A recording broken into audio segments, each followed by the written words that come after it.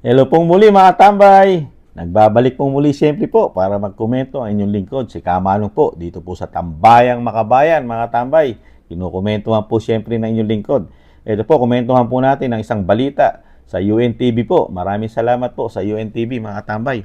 At ito po talaga ang realidad. Ito po ang facts. Ito po ang totoo na problema ng bansa. Hindi po natin problema. Hindi po problema ng bansa ang nangyayari po sa sinasabing ganito, ganon, na binigyan ng si First Lady, binigyan ng katungkulan, kung ano-ano po, mga politiko, kung ano-ano mga pamumulitika. Ito po ang realidad ng buhay ng Pilipinas. Ito po ang dapat tutukan ng gobyerno, mga tambay. Pakinggan po natin ang talagang problema ng bansa na hindi tinututukan ng ating pamahalaan, mga tambay. Ito po. Mahirap. Nasa level pa rin ang mahirap. Kumbaga, kumikita din, parang patas din lang. Kulang pa talaga. Hindi pa talaga sapat. Sa pakiramdam ng pamilya ni Mirna, isang senior citizen mula sa Quezon City, kabilang sila sa mahihirap na mga pamilyang Pilipino. Ayon kay Nanay Mirna, bagamat nakakakain naman sila ng 3 beses sa isang araw, kulang pa rin ang sweldo ng kanyang asawa na isang houseboy at anak na nagtatrabaho sa isang pribadong kumpanya, lalo na kung sakaling may magkasakit pa sa kanila. Sa minimum na sahod ng dalawa, wala na silang naiipon at talagang sagad na sagad ang kita para lang sa mga araw-araw na gastusin. Kaya sabi ko nga, kahit anong budget natin, hindi nagkakasya. Kung baga, parang guma, nasigi lang ang inat natin. Wala, hatak lang ng hanap para makarating sa sahod na naman. Pagdating na naman ng sahod, siyempre, i-divide mo na. Bayad sa kuryente, bayad sa ilaw, sa tubig, bayad pa kung saan mga babayaran mo. Ayan na naman, para ka na naman maghatak na naman ng makarating na naman ulit. At para makatulong, may pagkakataon na napipilitan siyang mag-sideline rin ng paglalabada. Isa lang si Aling Mirna at kanyang pamilya sa 58% ng Filipino household na nagsasabing pakiramdam nila ay mahirap sila base sa datos ng pinakahuling Social Weather Station Survey na isinagawa noong June 23 hanggang July 1, 2024. Ayon sa SWS, ang 58% ay kumakatawan sa 16 na milyong household sa bansa. Ito ay 12% mas mataas sa 46% na naitala noong March 2024. Naitala naman ng 12% ang itinuturing ang kanilang sarili bilang borderline ng mahirap at hindi mahirap, habang 30% ang tingin sa kanilang sarili ay hindi mahirap o not poor. At sa inaabangang State of the Nation address ni Pangulong Ferdinand Marcos Jr., inaasahan ni Nanay Mirna na bibigyang pansin ni Pangulong Ferdinand Marcos Jr. ang mga bagay na nagpapahirap sa kanila, gaya ng pagtaas ng presyo ng mga bilihin. Sabi baga niya ay ang bigas unang-unang ibababa, mga presyo ng ganito, pero parang hindi natupad. Sa isang presidente talaga, kung ano ang ipinangako, yun ang gusto namin makita na matupad. Ang Department of Social Welfare and Development nananatiling nakatutok sa pag-aangat ng antas ng pamumuhay at kapakanan ng bawat pamilyang Pilipino. Jed Neresina, Yan, thank you po sa UNTV mga tambay. Yan po, mga Pilipino na po ang nagsasabi po mga tambay. Pati po ang survey ng SWS, talagang hindi po magsisinungaling mga tambay dahil may datos po. May datos po ang survey po. At ang mismong mga Pilipino ay in-interview po mga tambay. Talagang nahandito po ang sinasabing napakalaking pagtaas ng kahirapan. Dahil unang-una, dahil tumataas ang kahirapan mga tambay, ano po ang problema? Pagtaas ng bilihin. Pagtaas ng bilihin. Pero, ano po mga solusyon? Mga solusyon ng ating gobyerno, magdadalawang taon na. Ano solusyon po? Ayuda. At ang pinagmamalaki po, meron na po. Pinagmamalaki po ang 29 kilo ng bigas. Di ba? Sa kadiwa. Mga tambay. Kadiwa. Kaya po nakakalungkot po ang mga halal ng bayan natin. Katulad yan, tayo po kasi hindi tayo nagsasawa mga tambay. Hindi po nagsasawa ang mga Pilipino sa mga pangako ng mga politiko. Pag sila po hihingi na sila maging lingkod bayan natin, lahat po ipinapangako. Di po ba?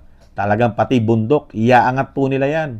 At pati ang buwan, kaya nila po ipangako na kaya ibigay sa iyo at pababain ang buwan, mga tambay, para lang manalo. Pero pag nanalo na, mga buhay hari na, mga tambay. Komento ni Kamalong. Puro hari na po.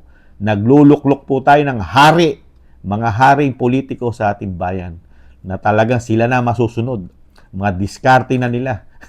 Bahala na tayo sa buhay natin. Kung tayo may mahirapan, wala na po silang concern pagka sila po'y naluklok na sa ating bansa. Hindi ko naman sinasabi, mga katambay, na lahat ng politiko ay ganun. Meron po pa ilan-ilan pa nating mga politiko na nagiging makabayan, di ba? Katulad na lang po ng mga Duterte, mga tambay. Nakita po natin kung paano sila mag-aruga, magmahal sa bayan, di po ba? Mga proyektong napapakinabangan. Ngayon po, ang proyekto ng ating gobyerno, pailan-ilan lang. Mas malaki pa po ang proyekto ng sinasabing ayuda.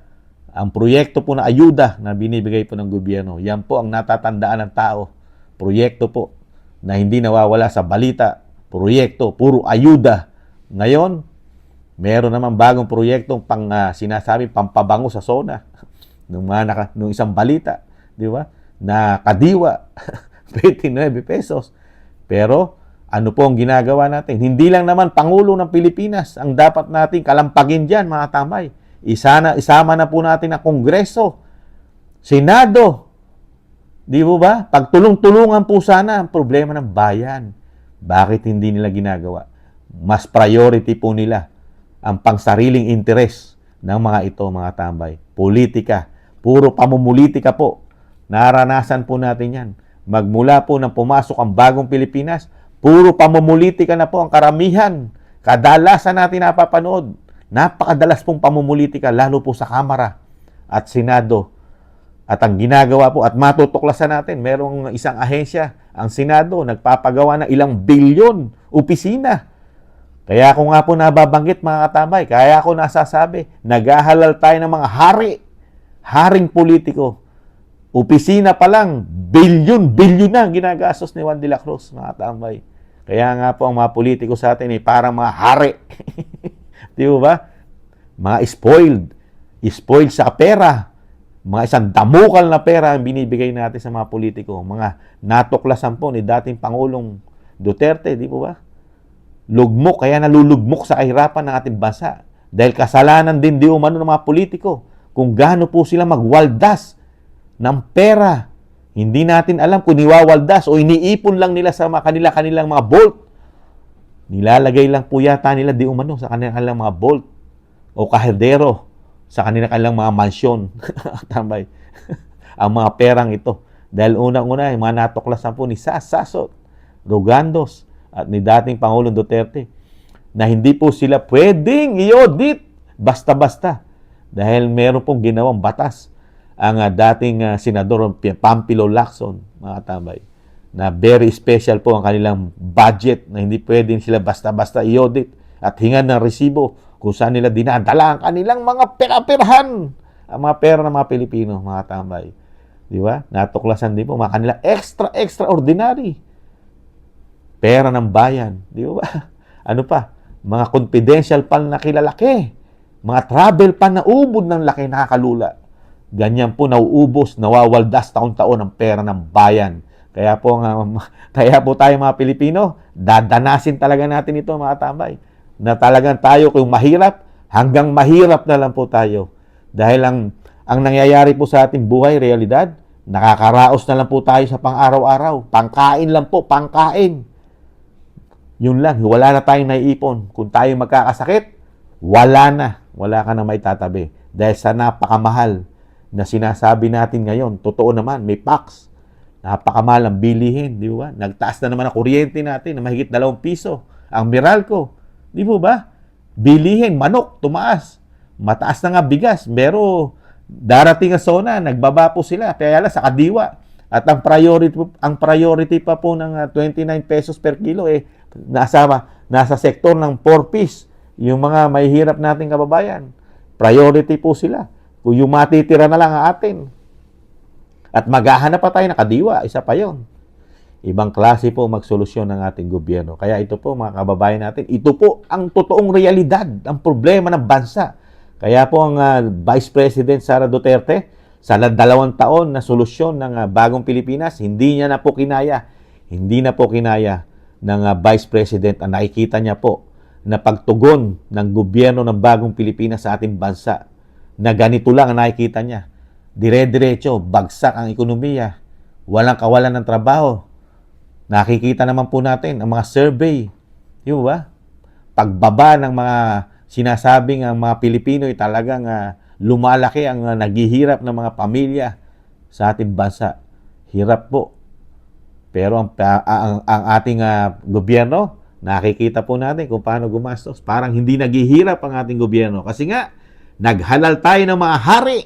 Mga hari po, prinsesa, ang hinalal po natin sa ating gobyerno.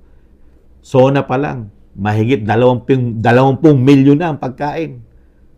Wala pong problema ang mga halal ng bayan natin, mga tambay. Dahil gumagastos po sila ng hindi nila pinaghirapan, mga tambay. Hindi nila pinaghirapan.